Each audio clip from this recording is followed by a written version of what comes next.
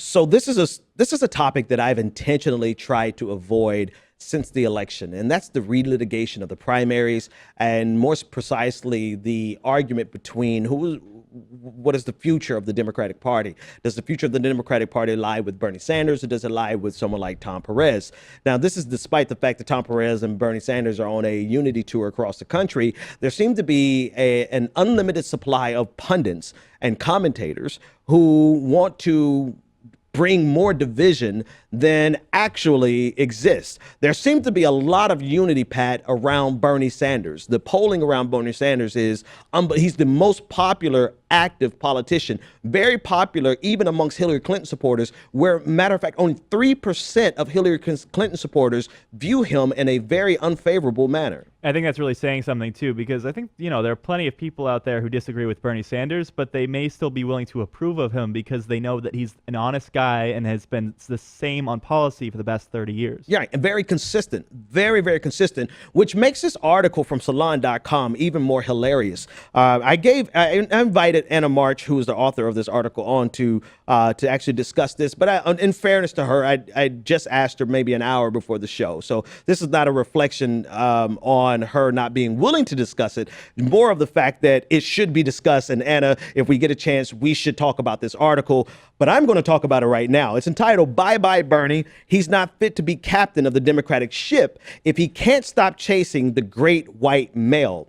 Right. So she sets up and in fairness to Anna, this is the last time I'm going to give a caveat. This is not her original thought. This is not her original argument. This is something that has been pervasive in the Democratic Party since the primaries. It's a lie that has been pushed all the way through, and it still exists. But this is the straw that broke the camel back for me. I've been trying to avoid it, but I just can't take it anymore. It's like I try to get out, but they pull me back in with this ridiculous false premise and straw man. So the idea here is that Bernie Sanders doesn't speak enough on behalf of race issues in America and a number of other examples? Race issues specifically, and abortion. This article is actually about abortion. It's actually positing and forwarding the idea that Bernie Sanders is not a progressive because he does not have a good position on abortion. And actually, I want to read a couple of, she said in the article, I don't think we have the quote for this one, but I'll read it. She said, we may have it. "Yet Sanders has made it plain that abortion rights are negotiable and brushes off identity politics." This is the most flagrantly wrong accusation that I've seen made in such a brash fashion. Bernie Sanders has a better position on abortion rights than Hillary Clinton. And so to forward this sentence, to just drop this sentence in the article without any context, without any justification, without any evidence is obscene. And then she goes on to say that he's also brushes off identity politics. I've never seen Bernie Sanders brush off identity politics. I've seen Bernie Sanders do the exact same thing that I do, that you have to qualify it. Identity politics are important, but you cannot have it alone. This is the example that Bernie Sanders has given, and I've given it plenty of times. It's not enough to be a woman running for office, especially if you're a woman running for office who is going to do things detrimental to women. Taking case, Catherine Pugh out of Baltimore. Baltimore ran for mayor. She's a black woman, intersectional feminist, all these great things. However, she voted against let me be more precise. She vetoed, after the city council approved $15 an hour minimum wage for the city of Baltimore, the black woman mayor of Baltimore vetoed it. Now, it's not enough. You could be a woman, you could be black, you could be, you could be LGBTQ, you could be all these things, but identity is not enough. That's the justification, and that's the clarification that Bernie Sanders makes. It's the same distinction that I make, and then to put this in an article to continue getting clicks off of this drivel where Bernie Sanders has a great white male hope problem is nothing more than an unnecessary relitigation, and it's divisive at best. So here's some other quotes from this that are just completely ridiculous. She said, with regard to Bernie Sanders, that he routinely divides matter of race and gender and class, which again cannot be untwined, by discussing the pain and needs of working class voters and perpetuating the dangerous myth that Democrats have ignored them. Democrats have lost the working class. Yes, they got an overwhelming amount of black working class voters, which she cites in this article. But you have to understand, and I'll talk for black working class people. When we vote with the Democratic Party, because I very much so working class for a long portion of my life. When we vote with the Democratic Party, we're not voting for the Democratic Party. We're voting against the Republican Party, because the Republican Party, on top of being detrimental to our economic livelihood, they are also bringing the added bonus of racism, right? So many times African Americans, we vote against the Republican Party more so than for the Democratic Party. But that's a distinction, and we'll keep going. But this idea that Bernie Sanders doesn't care about race, let's play this. This is just one clip. You can do a random search on Google and find Bernie Sanders giving unequivocal support for the African American community on issues of race. Let's watch this clip. Let us be very clear.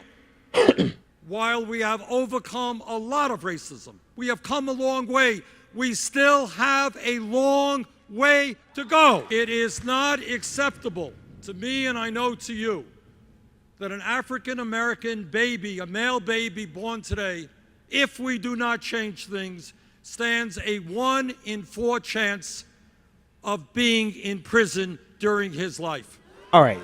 So that's just one randomly Googled clip of Bernie Sanders on race. If you actually were sincere about this critique, you would see that Bernie Sanders has a very long, rich history of supporting issues of race. But this is the one that's the most disingenuous to me, Pat. It's the fact that she has the nerve to say that Bernie Sanders is that being pro-choice. This is actually her quote. Being pro-choice is not an optional part of being progressive. Full stop. And then she accuses him of making being pro-choice as being optional. Here's the problem, and here's the context that she's trying to set this in. Bernie Sanders has come out in support of Heath Mello in Nebraska. Heath Mello is a Catholic. He is personally pro-choice, and he essentially has the same exact position on abortion as Tim Kaine, Joe Biden, and a number of other Democratic pro-choice Democrats, to be redundant. So here is Bernie Sanders coming out in support of Heath Mello because he wants to make sure that we keep a progressive wave going. But they have found that this is an opportunity. And by they, I mean the Democratic establishment, particularly pundits who want to use this as a divisive tool. They have decided that they're willing to scorch this race with Heath Mello because this is an opportunity for them to divide and separate Bernie Sanders from being the de facto leader of the Democratic Party.